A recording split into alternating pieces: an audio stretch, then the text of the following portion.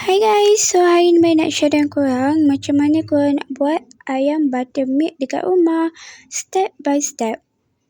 Okay, so first korang masukkan 1/4 butter dan kita kacau-kacau dia sehinggalah butter tu cair. Okay, so next korang masukkan 2 biji bawang merah dan 3 ulas bawang putih. Lepas tu korang kacau-kacau sehinggalah bawang dah ada nampak kekuningan sikit. Okay, so kalau korang nak guna semua bawang putih pun boleh juga. Okay, so lepas tu korang masukkan 4 biji cili merah. Kalau korang tak suka pedas, korang boleh masukkan 1 ataupun tak nak masukkan pun tak apa. Okay, so kalau siapa yang suka pedas, korang boleh tambahkan lagi pun boleh juga. Okay, so kita kacau-kacau dia. Okay, so next kita masukkan 1 tin susu cair.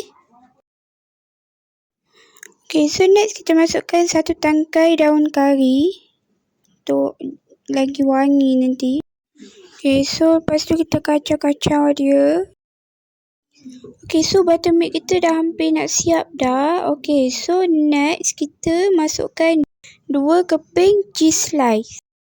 Okay, so lepas tu kita kacau sehinggalah cheese tu dah cair. Okay, so untuk ayam Mariam guna popcorn chicken je sebab senang.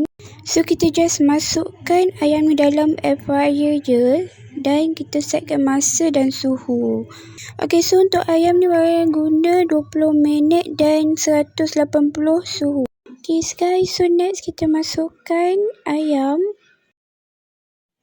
Okay, so next kita kacau-kacau.